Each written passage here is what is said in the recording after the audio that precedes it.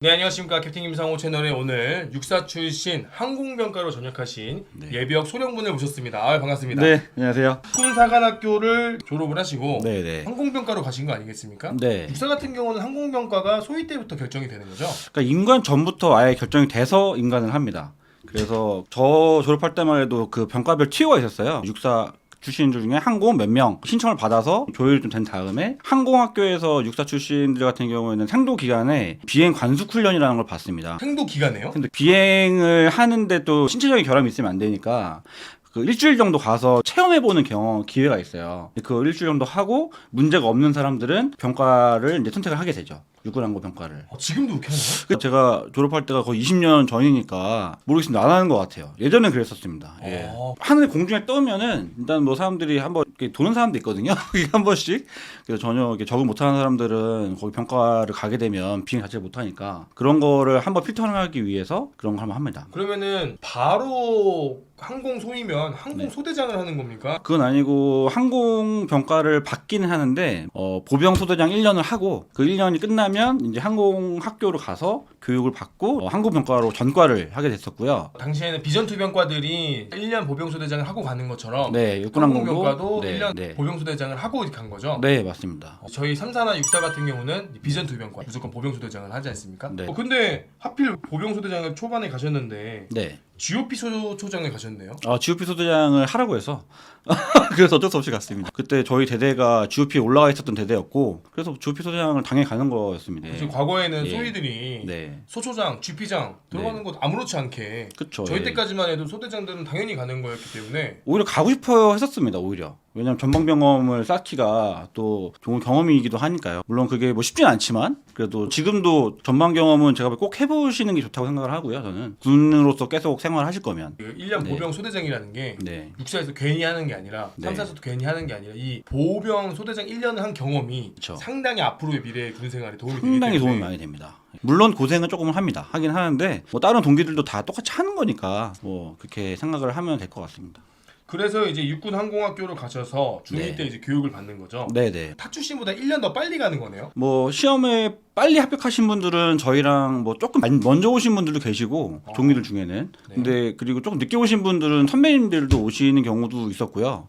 그래서 저희 같은 경우에도 총 19명이 처음에 항공학교 들어갔는데 3명이 육사였고 선배님들이 한 6분 계셨고 나머지 분들은 다 동기 레벨. 그러면 육사 한 기수당 항공병과가 몇 명 정도 있는 겁니까? 저 때는 9명 정도 임관했었고요. 64기부터는 6명이었던 것 같고. 6명이요? 네.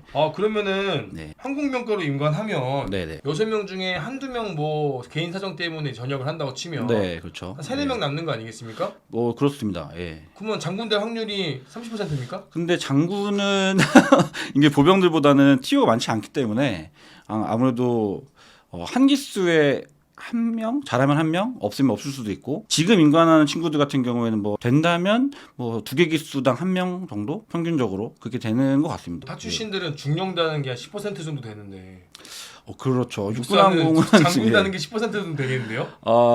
육군항공은 그렇습니다. 그런 그래 왔는데 육군항공도 워낙 또 앞으로도 커질 병과이기도 하고 예전에는 좀 많이 좀 작았었지만 점점 커지고 있는 병과이기 때문에 앞으로도 기회가 더 많아지지 않을까 생각을 하고 있습니다. 그럼 선배님 예. 기수에는 몇 명 임관하셨어요? 저희는 9명 임관했습니다. 9명이요? 그 중에 몇 명 네. 남으셨어요? 지금 저까지 나왔으니까 이제 3명 남았습니다. 3명이요? 네. 3명 다 중령 진급했죠? 됐습니다. 한 번에 나. 한 번에 다 했습니다. 야, 예, 뭐 이런 말씀 드리기 좀 뭐하지만 네. 비출신 아니고 저는 3사니까 그렇죠. 예. 3사 요즘에 항공병과의 동기나 후배들 트렌드가 네. 소령 진급 발표하자마자 육아휴직을 내더라고요. 그래요? 그래서 왜요? 왜 그러냐 물어봤더니 어차피 다 중령 못 단다. 어차피 중령 못 따는데 네네.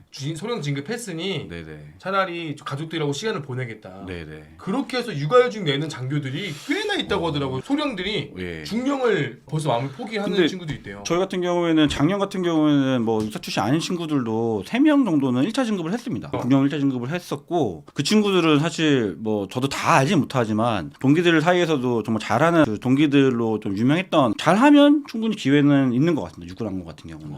예. 그래서 뭐 아예 난 안 돼라고 생각하는 건 어쩔 수 없지만 좀 열심히 하고 잘하는 분들은 충분히 기회는 있다. 저는 그렇게 좀 생각을. 어떤 기종을 조종하신 거죠? 저는 세 가지 기종을 가지고 있어요. 뭐 군 내에서만 물론 해당되는 자격증이긴 하지만 500MD라는 그 많이 들어보셨을 겁니다. 조그마한 제일 작은 지금 이제 안 쓰잖아요. 지금은 거의 도태가 되고 있죠. 예, 되고 있고 군인들이 쉽게 말하면 똥파리라고 얘기 많이 하는데 또 제일 그건 기본적으로 다 하는 기종이고 저는 UH-60 그 블랙호크 했었고요. 네. 예, 그리고 최초의 국산 헬기인 수리온 좋은 자격을 갖고 있습니다. 수리온하고 네. UH-60하고 네. 많이 이렇게 의견이 갈리더라고요. 많이 갈리죠. 제 예. 주변 지인들은 수리온에 대해 상당히 부정적이더라고요. 네, 그런 의견이 많습니다. 왜냐면 UH-60은 엔진 출력이나 힘이 네. 넘쳐서 네. 이제 부담감이 덜한데 수리온은 무장한 인원들을 네. 그 교범대로 태우면 네. 불안하다. 엔진 힘이 딸린다.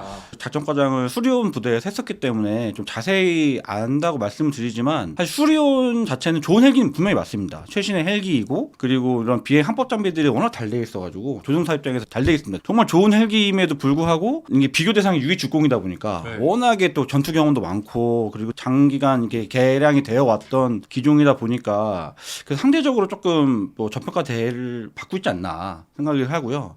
근데 저는 둘 기종 다 타본 입장에서는 사실 조종하기는 수련이 편한데 근데 위험한 상황에서 뭐 대응하기는 60이 훨씬 좀 안정적이다라고 할 수 있습니다. 이런 표현들을 많이 하더라고요. UH-60은 네. 탱크라면 네. 수리온은 장갑차.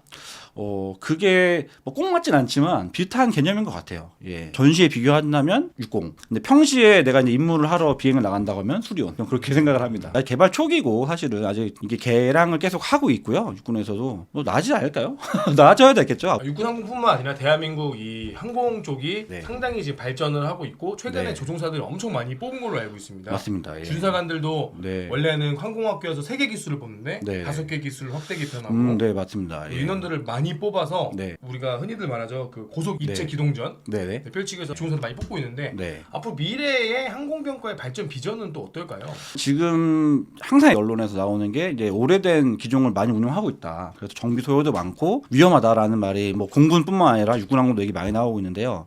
미래 전장에서 당연히 아무리 보병이 주로 작전을 하더라도 육군항공의 서포트가 없이는 아무래도 작전하기 좀 힘들고요. 그리고 새로운 기종이 계속 개발이 되면서 이제 보병의 전투를 서포트할 수 있는 능력도 훨씬 더 커질 거고 그런 것들이 이제 전투적 교리나 이런 것도 발전이 되면서 점점 육군항공은 커질 수밖에 없는 병과라고 저는 생각을 합니다. 선배님은 공격 헬기는 안 모셨나요?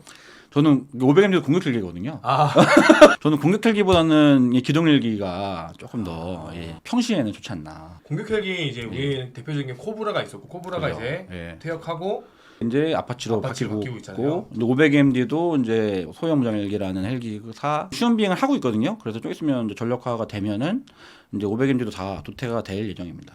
제가 알기로 500mm 무인화 그건 아직 결정된 건 없는 걸로 알고 있습니다. 추진을 대한항공만 하고 있습니다.